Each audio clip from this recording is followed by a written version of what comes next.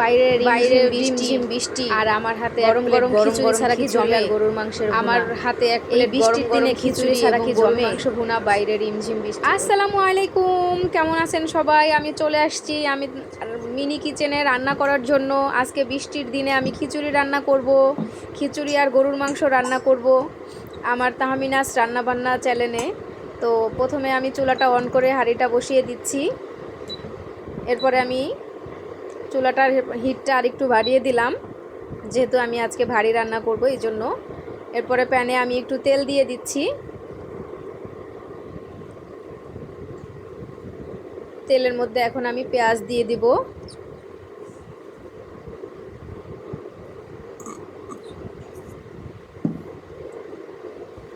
বেশ খানিকটা পেঁয়াজ দিয়ে দিচ্ছি। এরপরে আমি একটু নাড়াচাড়া দিয়ে দিচ্ছি। আমার তেলটা গরম হচ্ছে।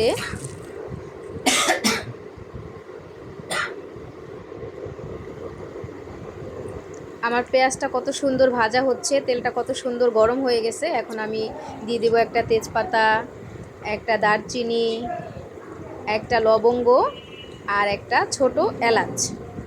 এরপরে আমি আবার সুন্দর করে একটু নাড়াচাড়া দিয়ে দিব। সুন্দর করে পেঁয়াজটা একটু ভাজা ভাজা করে নিব। পেঁয়াজটা হালকা একটু নরম হয়ে আসলে এরপরে আমি বাকি মশলাগুলো দিব।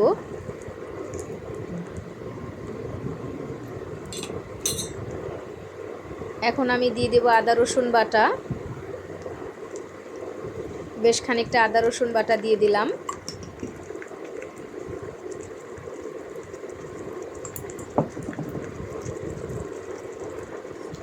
এবার দিয়ে দিলাম লাল মরিচের গুঁড়ো।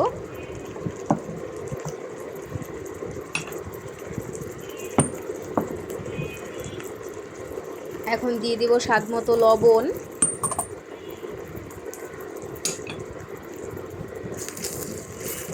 আমি আরেকটু নাড়াচাড়া দিয়ে দিচ্ছি যাতে মশলাটা পুড়ে না যায়। সুন্দর করে নাড়াচাড়া দিয়ে দিচ্ছি। সামান্য একটু পানি দিয়ে দিব যাতে মশলাটা পুড়ে না যায়। অল্প একটু পানি দিয়ে দিলাম।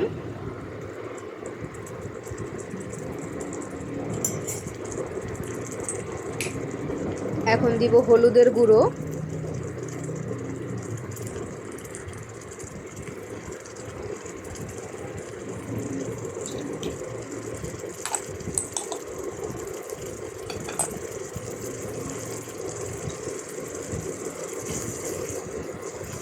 মশলাটা খুব ভালো করে কষিয়ে নিব যাতে মশলার কাঁচা গন্ধটা না থাকে। বাইরে বৃষ্টি হচ্ছে, বৃষ্টির শব্দে রান্না, খুব সুন্দর একটা পরিবেশ। কিছুটা কাঁচামরিচ দিয়ে দিলাম।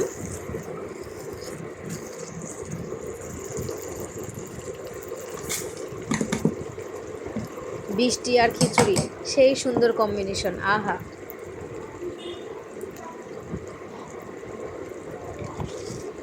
আমার মশলাটা কষানো হয়ে গেছে। এখন আমি চাল ডাল ধুয়ে আমি আগে থেকেই পানি ঝরিয়ে রেখেছিলাম, সেটা দিয়ে দিচ্ছি।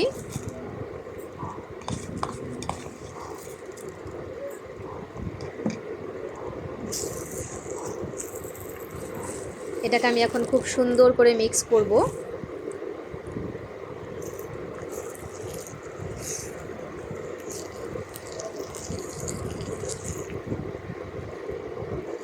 মশলার সাথে চাল ডালটাকে আমি একটু ভালো করে কষিয়ে নিচ্ছি। ইয়েস।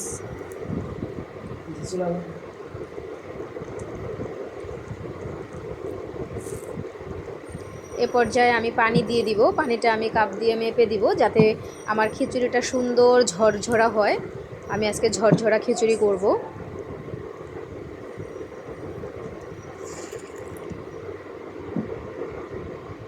আমি এখানে 2 কাপ পানি দিব।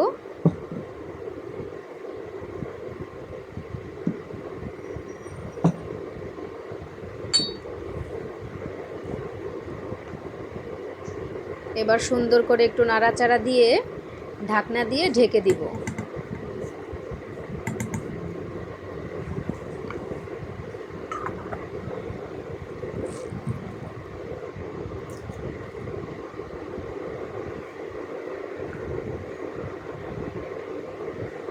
আমার খিচুড়িটা সুন্দর ফুটতেছে, কত সুন্দর বলক উঠে গেছে দেখেন। এখন আমি এটাকে আবার ঢাকনা দিয়ে ঢেকে দিব। খিচুড়িটা দমে থাকুক, ততক্ষণে আমি আমার মাংসটা ম্যারিনেট করে নেই। আমি আজকে গরুর মাংস রান্না করব, হাড় ছাড়া মাংস নিয়েছি।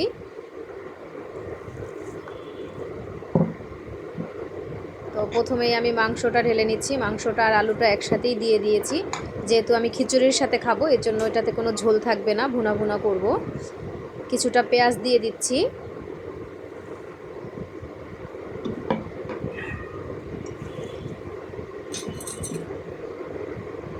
এরপরে দিয়ে দিচ্ছি আদা রসুন বাটা,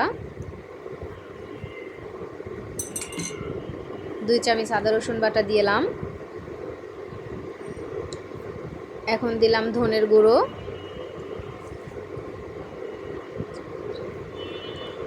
এবার দিচ্ছি জিরার গুঁড়ো,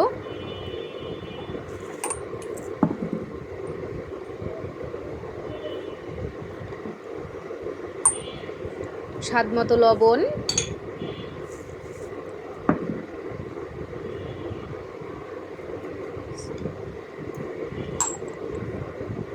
মরিচের গুঁড়ো দিয়ে দিলাম। এখন দিয়ে দিব হলুদের গুঁড়ো,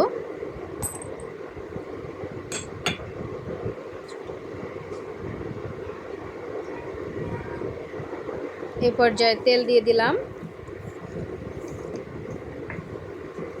এখন আমি এটাকে খুব সুন্দর করে ম্যারিনেট করব।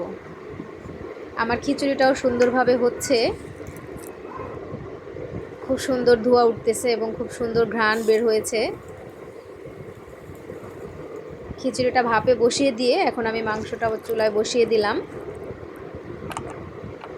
খিচুড়িটা ভাপে হচ্ছে, ততক্ষণে আমি আমার মাংসটা রান্না করে নেই।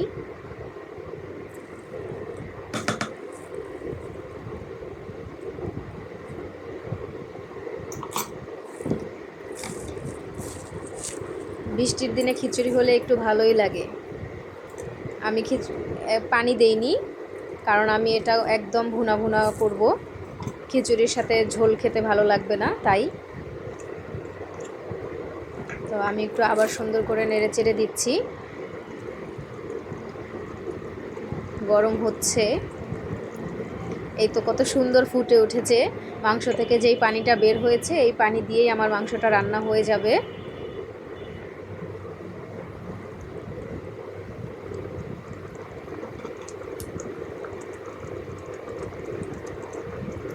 বাইরে প্রচুর বৃষ্টি হচ্ছে, আর আমার ঘরে রান্না হচ্ছে খিচুড়ি আর গরুর মাংস।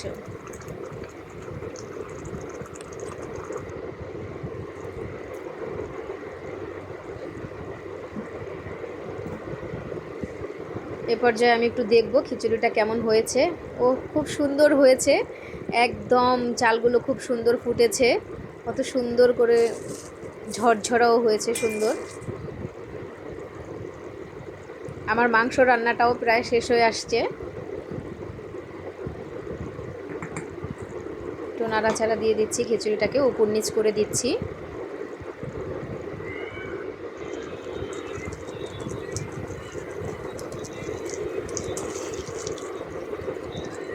তো আমার মাংস রান্না কমপ্লিট। দেখেন কত সুন্দর একটা কালার আসছে, একটা জুসি জুসি কালার আসছে। এখন আমি এটাকে সার্ভ করব। তো মাংসটা একটু সুন্দর করে নাড়াচাড়া দিয়ে দিলাম। এখন আমি চুলাটা অফ করে দিব। চুলাটা অফ করে দিয়ে আমি খাবারটা সার্ভ করব।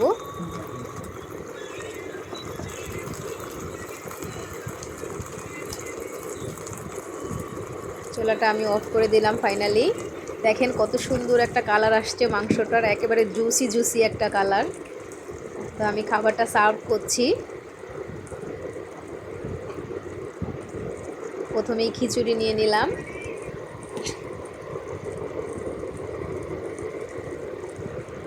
তো আমার ভিডিওটা যদি ভালো লাগে অবশ্যই আমার চ্যানেলটা সাবস্ক্রাইব করবেন, লাইক কমেন্ট শেয়ার দিয়ে পাশে থাকবেন।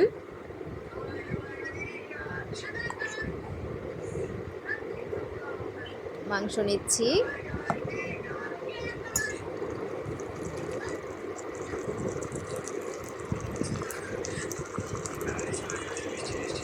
একটু সালাদ কেটে রেখেছিলাম আমি, সালাদটা দিয়ে আমি একটু ডেকোরেশন করে দিচ্ছি।